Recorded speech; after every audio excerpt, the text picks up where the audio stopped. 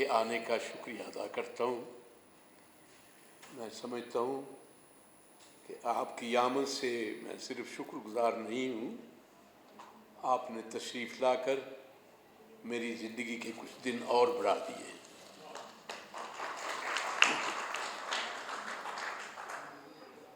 بڑے انسانوں کا ان کے کئی پہلو ہوتے ہیں۔ ایک پہلو بخدا مجھے اب تک معلوم نہیں تھا، جو ڈاکٹر جعفر احمد صاحب کا مجھے دیکھنے میں آیا۔ مجھے کہنے لگے کہ تم تقریر بعد میں کرنا۔ یہ روایت کبھی نہیں رہی کہ صدر سے پہلے کتاب کا جو مصنف ہے وہ بولے۔ اختصار ہمیشہ صاحب صدر کیا کرتے ہیں، لیکن انہوں نے مجھے کہا کہ میں سمجھتا ہوں کہ تم آخر میں بولو۔ شاید مجھے وقت زیادہ دینا چاہتے تھے یا اور کوئی مصلحت میرے ذہن میں نہیں آئی۔ بہر صورت خواتین و حضرات، ہمیں اس دنیا کے بارے میں کسی واریر نے کچھ نہیں بتایا۔ ہمیں اس دنیا کے بارے میں کسی حکمران نے کچھ نہیں بتایا۔ ہمیں اس دنیا کے بارے میں کسی شہنشاہ نے کچھ نہیں بتایا۔ ہمیں اس کائنات کے بارے میں دانشوروں نے بتایا ہے، فلسفیوں نے بتایا ہے، اور جس کا آغاز انسانی تاریخ میں یونان سے ہوا۔ ہاں بدر، آپ دیکھیں کہ یونان کے فلسفیوں سے پہلے کی دنیا ہم نہیں جانتے کیا تھی، اور اس دنیا کا آغاز کیا تھا، کہاں سے ہوئی، کب سے ہوئی۔ لیکن ہمیں اس دنیا کے آغاز کا صرف یونان کے فلسفیوں سے علم ہوا، اور وہ فلسفی کیا تھے؟ وہ نیچرلی، قدرتی طور پر ان فلسفیوں کا جو فلسفہ تھا، ان کی جو سوچ اور فکر تھی، وہ یہ تھی کہ یہ دنیا ہے کیا؟ ایک لمبی ان کی لائن ہے، قطار ہے۔ وہ کہتے ہیں کہ دنیا کیا ہے، یہ دنیا کیسے بن گئی، اور یہ دنیا کس لیے وجود میں آئی۔ آپ دیکھیں کہ پہلا فلسفی تھیلز ہے جو اس بات سے آغاز کرتا ہے کہ کس چیز سے بنی ہے یہ دنیا۔ اس کے ساتھ کا ہی دوسرا پیتھاگورس ہے، وہ کہتا ہے کہ یہ دنیا میں نے جو محسوس کیا ہے، یہ پانی، ہوا، مٹی اور آگ سے بنی ہے۔ اس کے بعد تیسرا آ جاتا ہے، وہ اینکساگورس ہے، وہ کہتا ہے یہ سورج کیا ہے؟ یہ تو سورج ایک چٹان ہے، ایک پتھر ہے۔ اس کے بعد ہیراکلیٹس آتا ہے۔ ہیراکلیٹس کہتا ہے کہ یہ دنیا ہر لمحہ تبدیل ہوتی ہے۔ آج بھی لوگوں کو یقین نہیں ان باتوں کا۔ یہ باتیں وہ اس وقت کر رہے ہیں جب کوئی پیغمبر نہیں آیا تھا، جب کوئی عیسیٰ موسیٰ نہیں آیا تھا۔ وہ کہتے ہیں کہ ہیراکلیٹس کہتا ہے کہ آپ ایک دریا سے دو بار نہیں گزر سکتے۔ یہ کیا مقصد ہے؟ دریا تو وہی ہے، یہ کیسے ہوا کہ اگر میں چناب میں سے سندھ میں سے ایک بار گزر رہا ہوں تو میں دوسری بار نہیں گزر سکتا؟ ہاں، یہی بات سمجھنے کی تھی کہ وہ پانی گزر چکا جس میں تم نے پاؤں رکھا تھا، کن حالات میں رکھا تھا، اس دن حالات کیسے تھے، ہوائیں کیسے چل رہی تھی، ہواؤں کا رخ کس طرف تھا، موسم کون سا تھا، تم نے دسمبر کے مہینے میں پاؤں رکھا تھا یا جون کے مہینے میں؟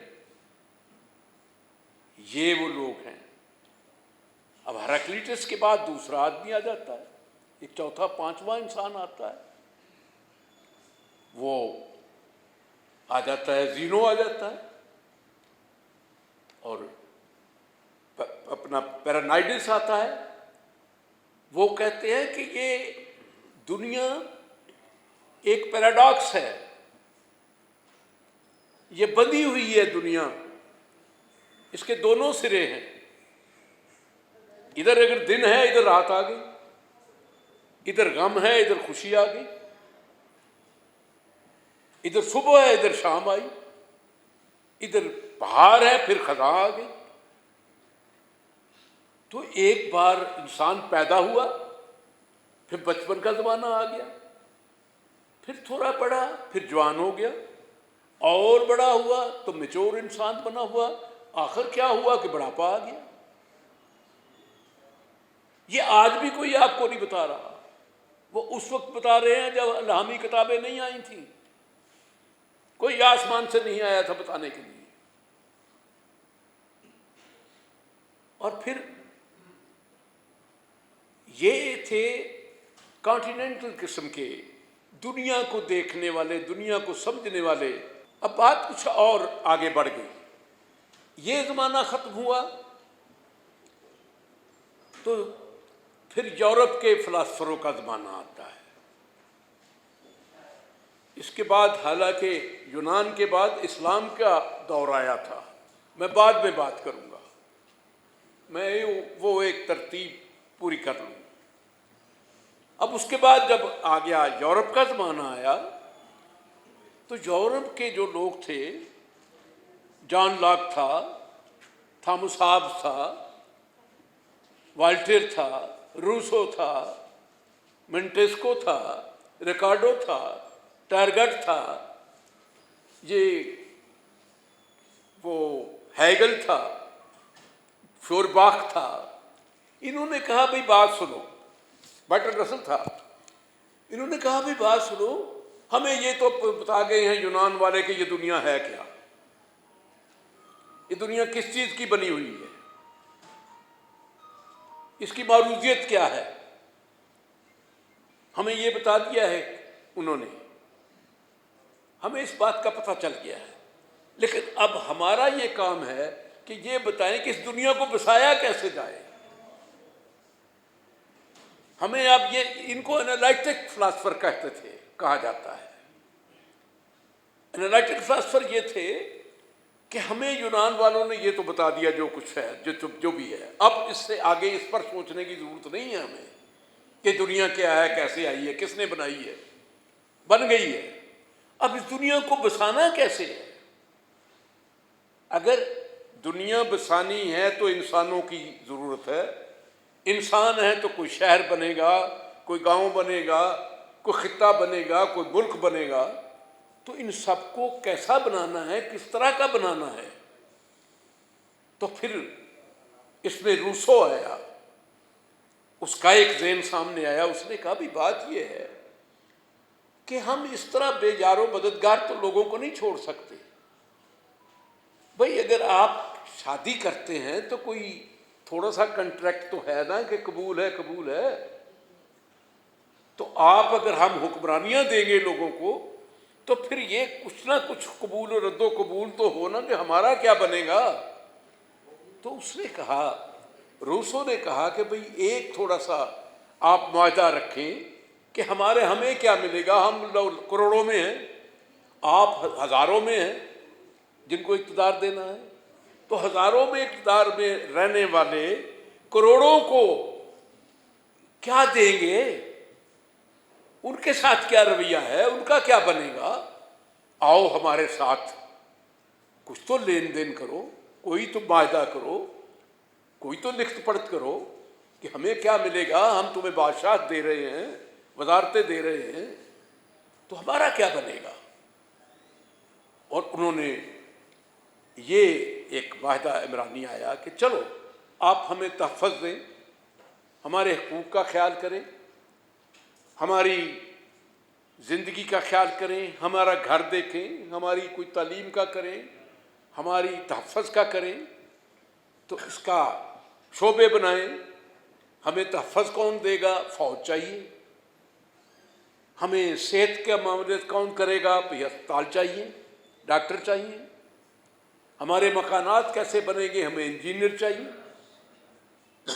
ہماری اقتصادیات کیسی ہوگی؟ ہمیں معاشرت دان چاہیے، اقتصادیت والے لوگ چاہیے، معاشی لوگ چاہیے جو جانتے ہوں، جو حساب کرنا جانتے ہوں۔ اب یہ معاہدے چلتے آ رہے ہیں، ہیگل تک آ گئے۔ اب ہیگل نے آ کر کہا کہ سب کچھ بن گیا، سب کچھ ٹھیک ہے، لیکن مقصد یہ ہے کہ تم نے تو زمینوں پہ قبضے کر لیے، تم نے تو بڑی بڑی اپنی عمارتیں بنا لی، تم نے سارے چرچ بنا لیے۔ یہی بات والٹیر نے بھی کہا تھا۔ اس نے کہا تھا کہ بہت خوبصورت بات کی تھی والٹیر نے، اس نے کہا تھا کہ تم نے اتنے بڑے ایوان بنا دیے ہیں اپنے چرچ کے، کلیسا کے، کہ ہمیں خوف آتا ہے۔ اور کیا خدا کے گھروں سے خوف آنا چاہیے؟ ابے خدا کا کہ یہ دنیا اس کی ہے تو اس کے گھر میں جاتے ہوئے خوف کیوں آ رہا ہے؟ آپ دیکھیں کہ آپ کو مسجد میں اب بھی جاتے خوف آتا ہے۔ یہ جینیٹک کا خوف ہے۔ تھام صاحب نے کہا تھا میں اور خوف جڑواں بھائی ہیں۔ ڈاکٹر صاحب کیا تھا کہ وہ صحت کے بارے میں بڑا کمزور تھا، ساری عمر خوف یہ تھا بیچارے کو۔ ہم جو ہیں، جو انسان ہیں، ہمارے اندر کتنی نفرتیں ہیں، وہ تو ایک خوف جڑواں بھائی تھا، ہمارے اندر تو نہ جانے کتنے جڑواں بھائی ہیں۔ ہم شیعہ ہیں، ہم سنی ہیں، ہم بریلوی ہیں، ہم دیوبندی ہیں، ہم رائی ہیں، ہم پٹھان ہیں، ہم سید ہیں، ہم جٹ ہیں، ہم بلوچ ہیں، ہم پٹھان ہیں۔ ارے یہ معاشرہ اکٹھا رہ سکتا ہے جہاں ہم ہی ہم رہتے ہو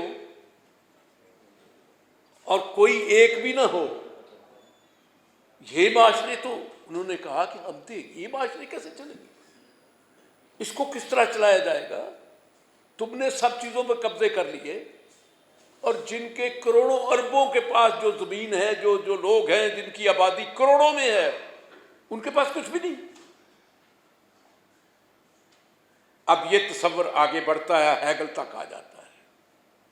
ہیگل انہیں کہتا ہے بات سن لو،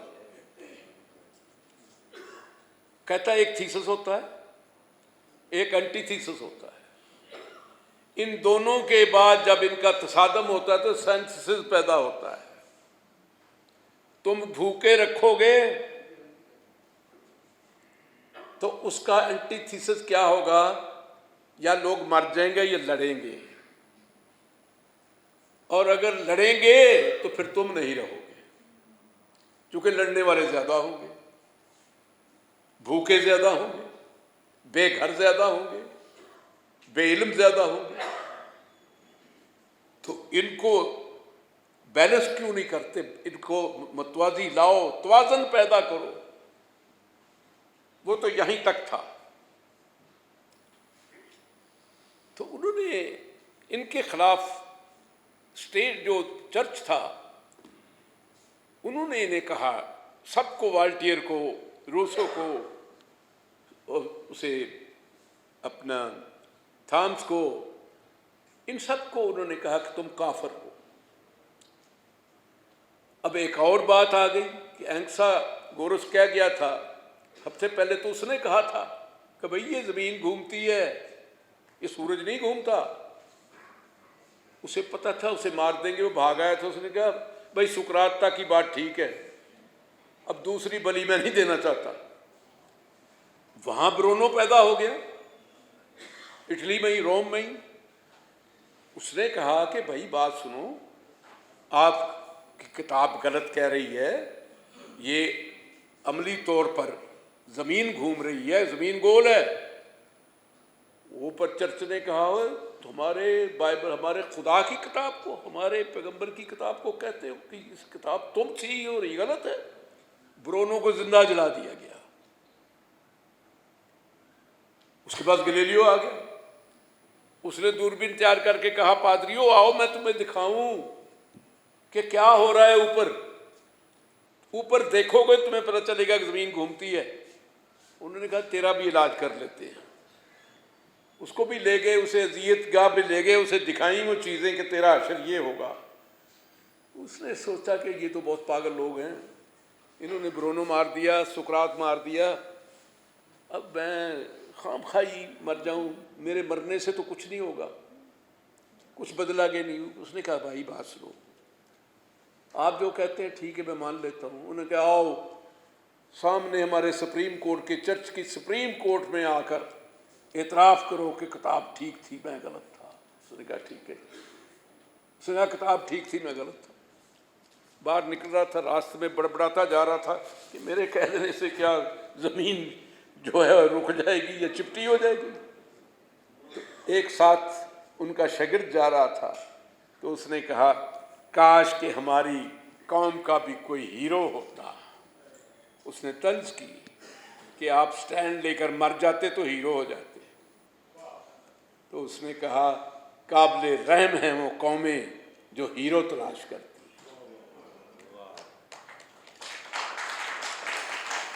اب بات یہ ہے کہ لزبن میں زلزلہ آ گیا.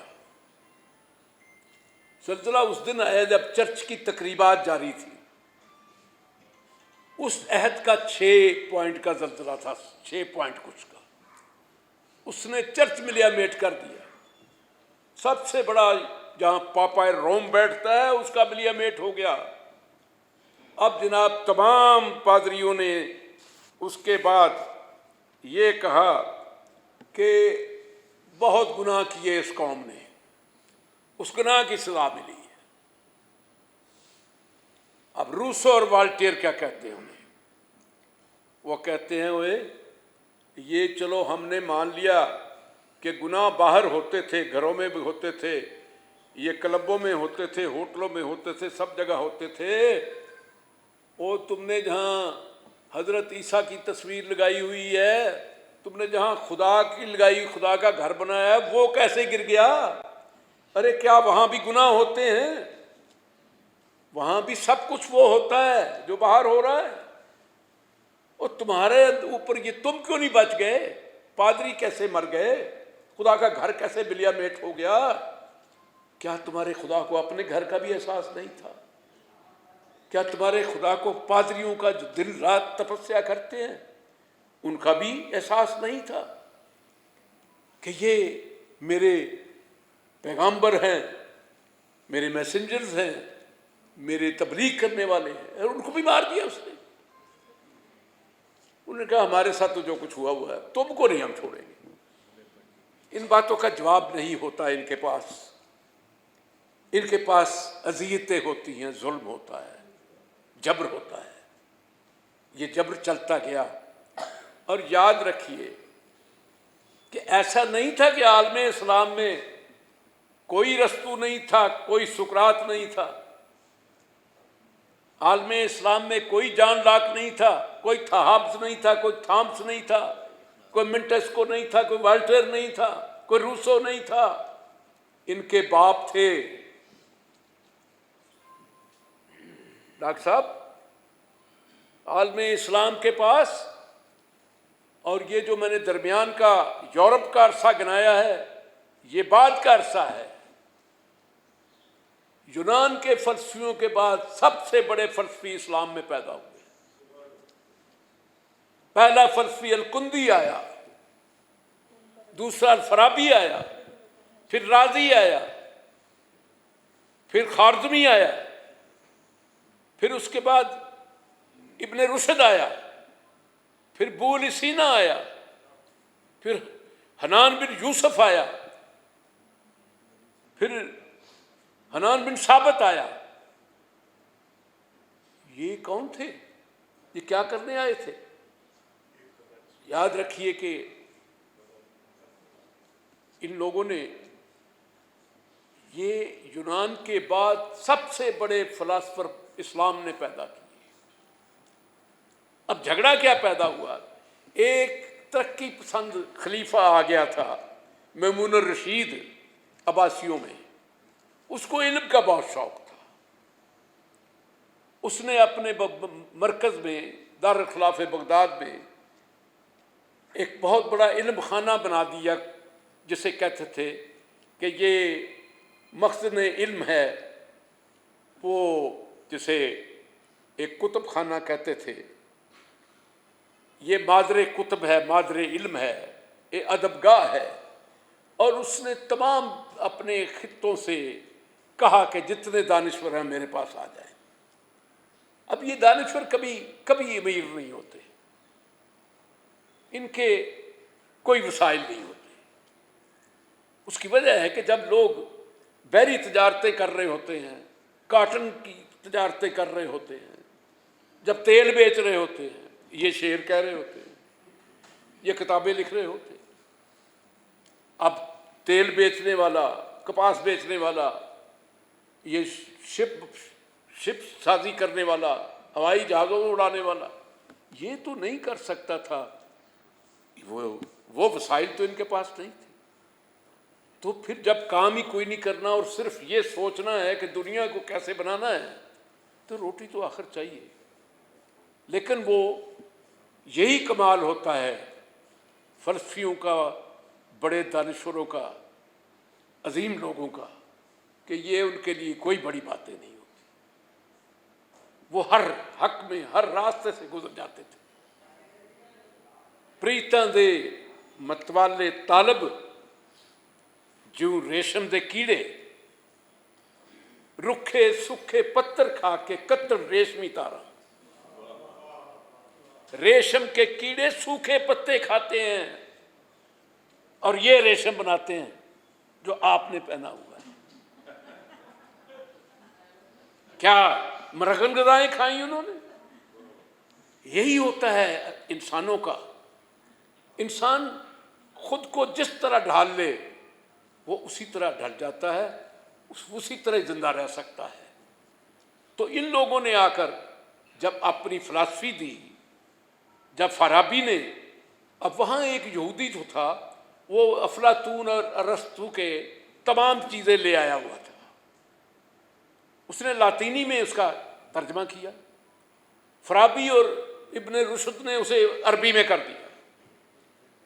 جب یہ ٹرانسلیٹ ہوا، اس سے پہلے یورپ میں افلاطون نہیں پہنچا تھا، یورپ میں ارسطاٹل نہیں پہنچا تھا، یہ ابن رشد تھا، یہ الفارابی تھا۔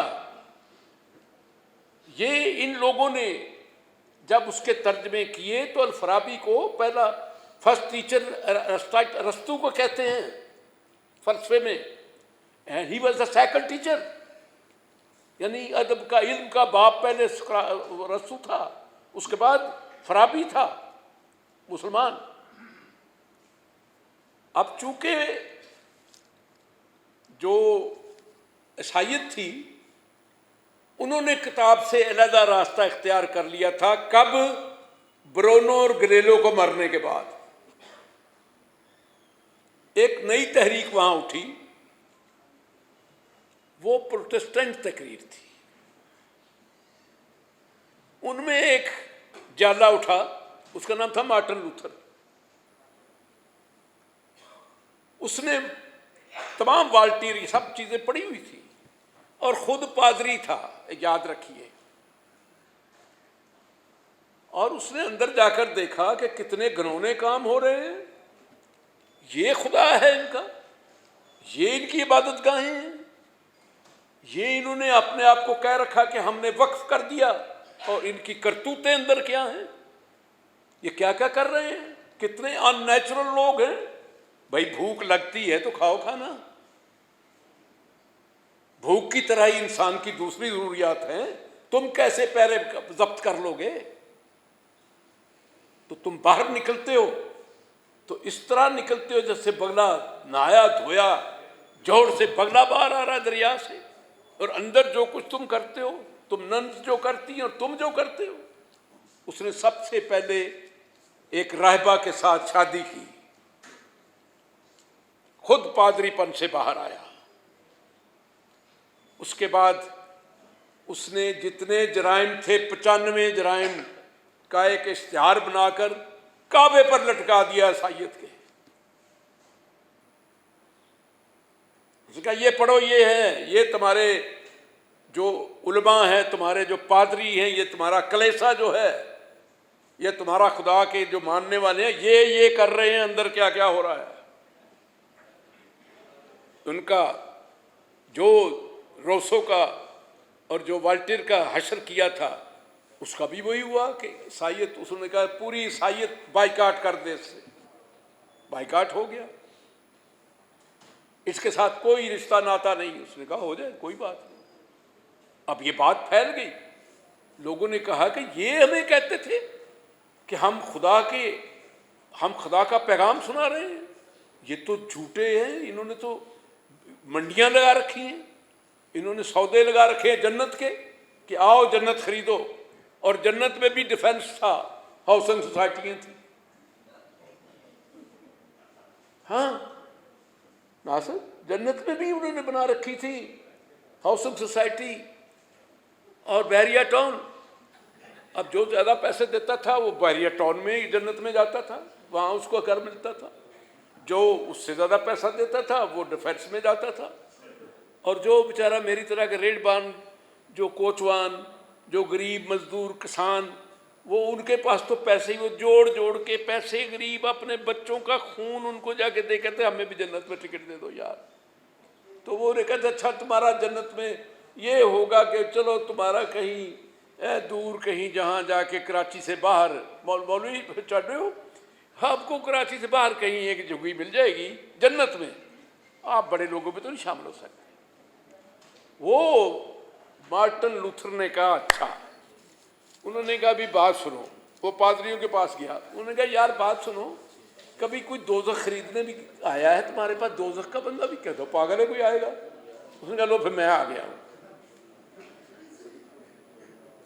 ڈاکٹر صاحب اجازت ہے باتیں کرنے کی؟ کوئی بات نہیں، مجھے بات کرنے دو. اس نے کہا بھائی، اس نے کہا کہ یہ بتائیے،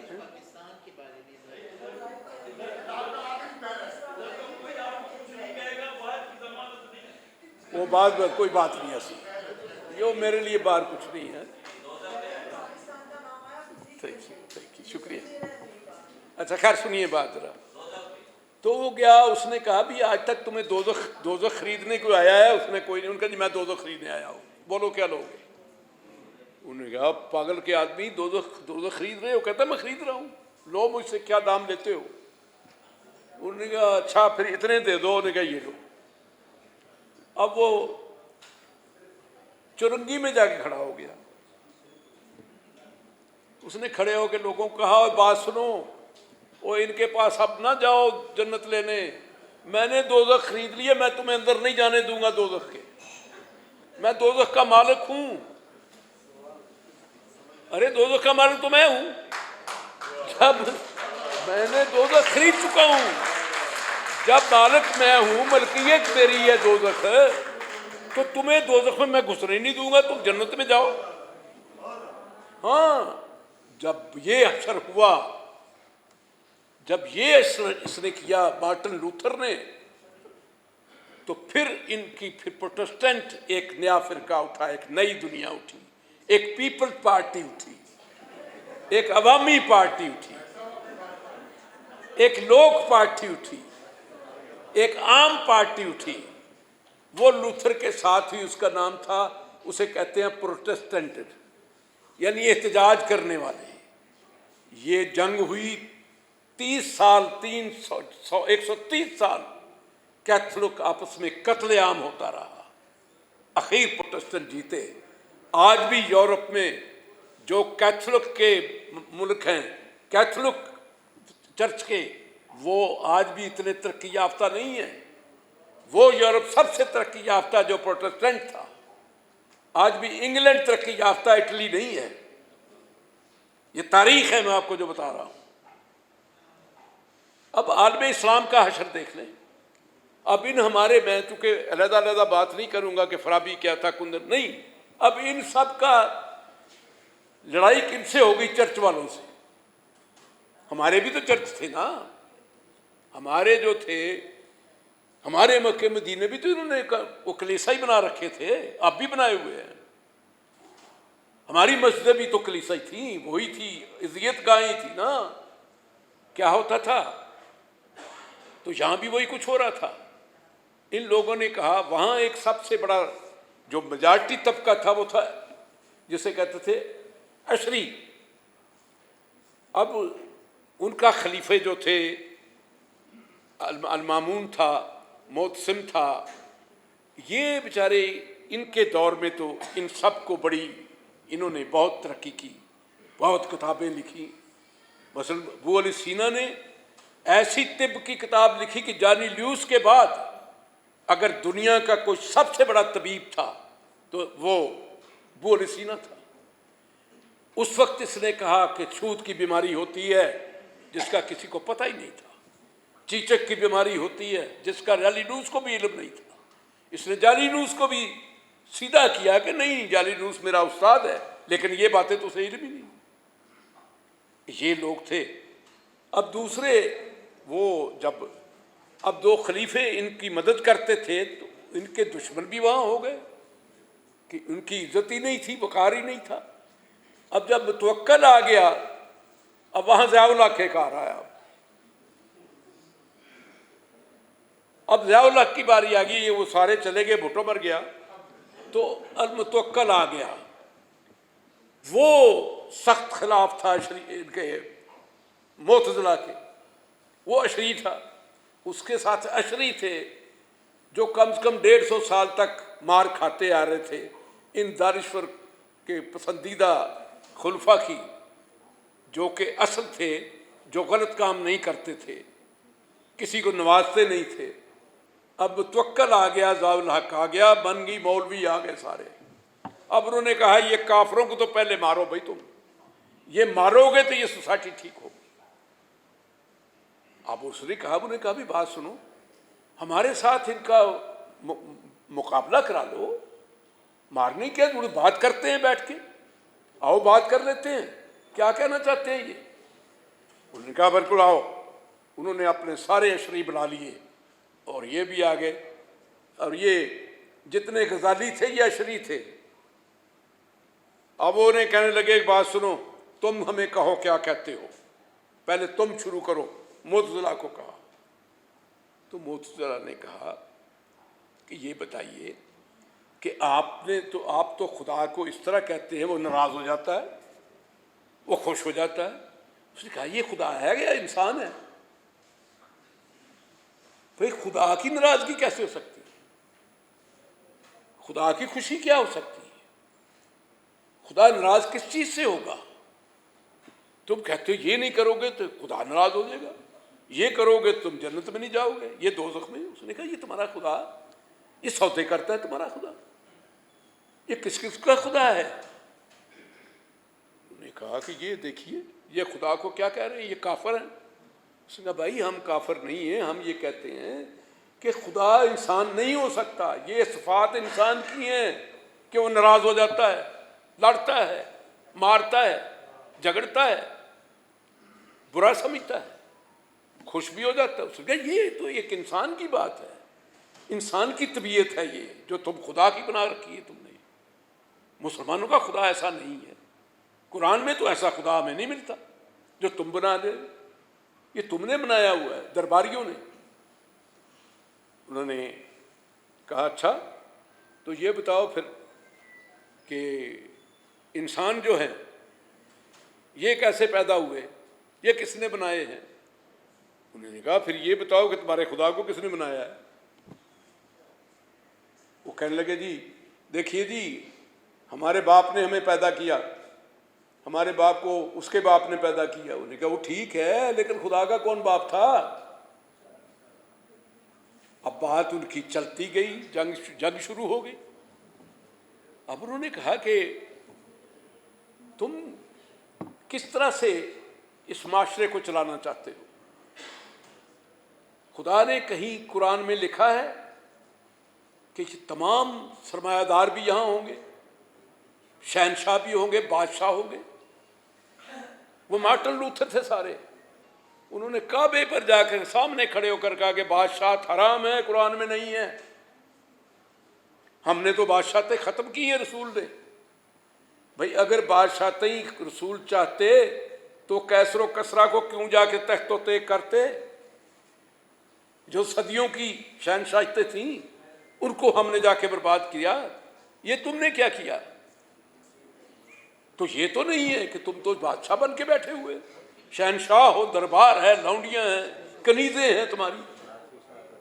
تم کیسے کیسے یہ باتیں کرتے ہو؟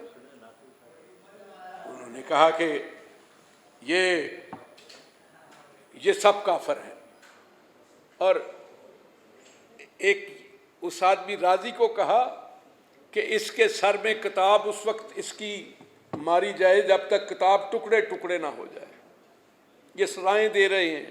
اب علامہ اقبال صاحب لندن میں جا بیٹھ کے کہتے ہیں کہ مگر وہ علم کے موتی کتابیں اپنے آبا کی، جنہیں دیکھا جو یورپ میں تو دل ہوتا ہے سی پارا.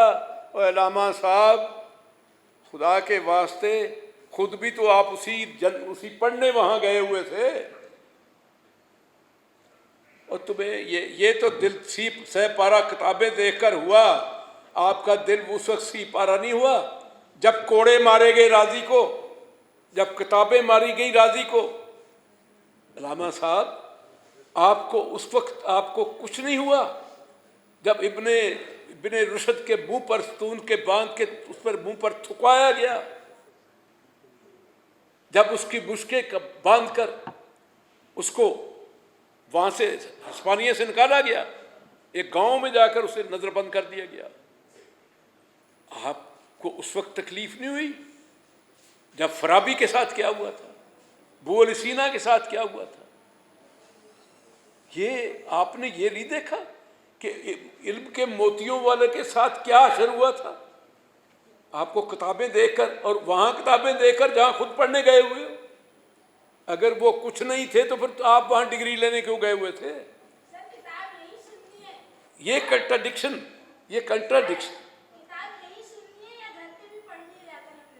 یہی کتاب ہے. تو میں نے لکھی ہوئی ساری باتیں وہی ہے جو میں نے لکھی ہوئی ہے، وہی پڑھ رہا ہوں. میں اپنے پاس سے تو کچھ نہیں کہہ رہا، آپ کی کتابوں میں لکھا ہوا ہے وہ کہہ رہا ہوں. یہ میں نے خود نہیں لکھا، یہ میں نے وہ لکھا جو لوگوں نے لکھا ہوا ہے. اب ان سے جھگڑا ہوا، وہ کہنے لگے کہ آگ جو ہے، اب ان دانشوروں نے کہا کہ بھئی آگ کا کام ہے جلانا. وہ کہنے لگے نہیں، آگ تو ہمارا خدا کہتا ہے تو پھر جلتی ہے. تو اس نے کہا، راضی نے بھی کہا، ابن رشد نے بھی کہا کہ آؤ آگ لگا کے دیکھ لیتے ہیں. کہ آپ کو آگ لگا دیتے ہیں، اللہ تعالیٰ نہیں آپ کو جلائے گا. تو ان باتوں کا تو جواب ہی کچھ نہیں تھا سوائے اس کے کہ ان کو کوڑے مارے جائیں. تو آپ نے یہ حشر کیا اسلام کے جان لاکس کا، آپ نے یہ حشر کیا اسلام کے ارسطاٹل کا، آپ نے یہ حشر کیا اسلام کے سقراطس کا، آپ نے یہ حشر کیا اسلام کے افلاطونوں کا، یورپ کے اس کے نیٹشے کا، اسلامی جان لاک کا، اسلامی ہابس کا، اسلامی والٹیئر کا. آپ نے یہ حشر کیا. انہوں نے اپنی بائبل کو چھوڑ کر راستہ اپنا لیا کہ ہاں ہم نے مان لیا یہ الہامی کتابیں ہدایت ہیں، یہ زندگی کا اس میں منشور نہیں ہے، یہ زندگی کا کوئی منشور اس میں نہیں ہے. اور ہم اب زندگی بنانے کا ہم سوچیں گے.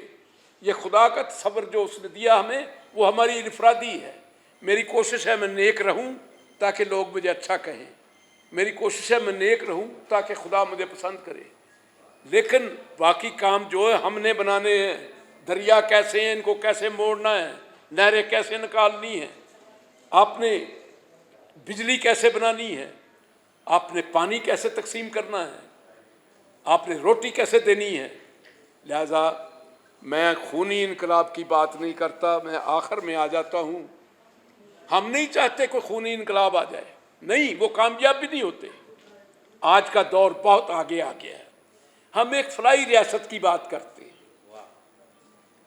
ایک فلاحی ریاست ہو جس میں آپ ہر آدمی کو اس کی قابلیت، اس کی اہلیت کے مطابق آپ اس کو دیں، اس کا خیال رکھیں۔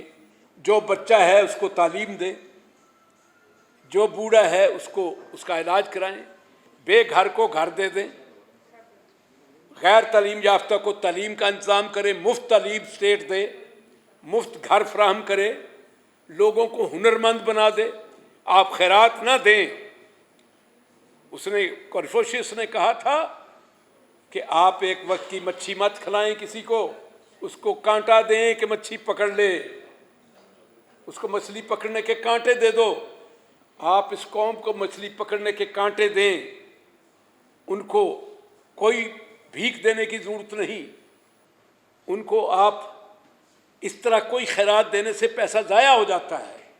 آپ چھوٹے کو ایسا ہنر دیں، فیکٹریاں لگائیں، انڈسٹری لگائیں، زمینیں بڑھائیں، زرعی سازی کریں، زراعت میں ترقی کریں، نئی ترقی سے لائیں، شیئر ہولڈر بنا دیں، لوگوں کو حصے دار بنا دیں، کارخانوں میں بھی حصے دار بنا دیں، وہ انہیں فخر ہو کہ ہم نے آج کما کر کھایا ہے، اپنا کھا رہے ہیں، کسی کی خیرات نہیں کھا رہے۔ تو یہ ریاست بنانے میں کیا حرج ہے، کیا جاتا ہے، کس کا ہے؟ لیکن سب سے پہلی بات جو ہے کہ آج کوئی ڈکٹیٹرشپ نہیں چل سکتی، آج خاندان نہیں چل سکتے، آج آپ کو جمہوریت جب تک نہیں آئے گی فلاحی ریاست نہیں بن سکتی۔ جب تک وہ لوگ آئیں جو اپنا ایمان سمجھے کہ ہم سیاست میں ہیں، ہمارا ایمان ہے کہ ہم اس قوم کی کوئی نقصان نہیں کریں گے، ہم اس قوم کو کسی طرح سے بھی نقصان نہیں پہنچائیں گے، ہم وہی کھائیں گے جو یہ قوم کھائے گی، ہم وہی پہنیں گے جو یہ قوم پہنے گی، ہم ویسے ہی رہیں گے جیسے یہ قوم رہتی ہے۔ تو دنیا میں کوئی چیز ایسی نہیں جو نہیں ہو سکتی۔ لوگوں نے کیا ہے، یورپ میں خونی انقلاب آئے ہیں، کیا لندن میں خونی انقلاب آئے ہیں، کیا امریکہ میں خونی انقلاب آئے ہیں؟ نہیں، انہوں نے تعلیم دی، آپ نے تعلیم نہیں دی۔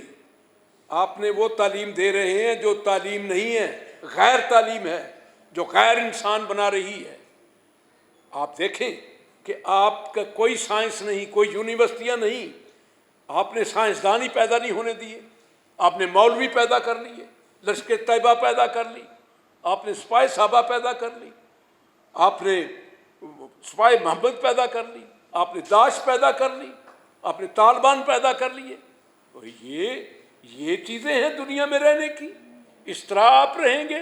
نہیں رہ سکتے۔ اور کچھ دیر دیکھ لو، تاریخ سے واقف نہیں ہو، آپ تاریخ سے ہٹ کر آپ زندگی گزار رہے ہیں، آپ تاریخ کو نہیں دیکھتے۔ تاریخ کا کوئی مذہب نہیں ہوتا، تاریخ کا کوئی پیغمبر نہیں ہوتا، تاریخ کی کوئی ذات نہیں ہوتی، تاریخ کا کوئی موسم نہیں ہوتا۔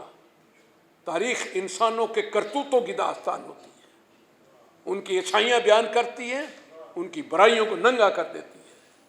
لہذا وہی زندہ رہتا ہے جو تاریخ کے حوالے سے زندہ رہنا چاہے، جو تاریخ کے حوالے سے سوچے، جو تاریخ کے حوالے سے دیکھے۔ یہی ہماری گزارش ہے کہ پاکستان میں فلاحی ریاست بنا دی جائے۔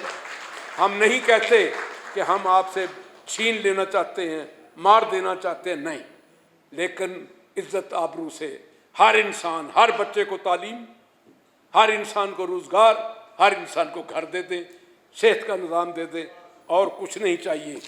اور یہی کچھ ہے جو انسان اور خدا کی ذات کے اندر ایک معاہدہ ہے، اس معاہدے کو پورا کیا جائے۔ بہت شکریہ، بڑی مہربانی۔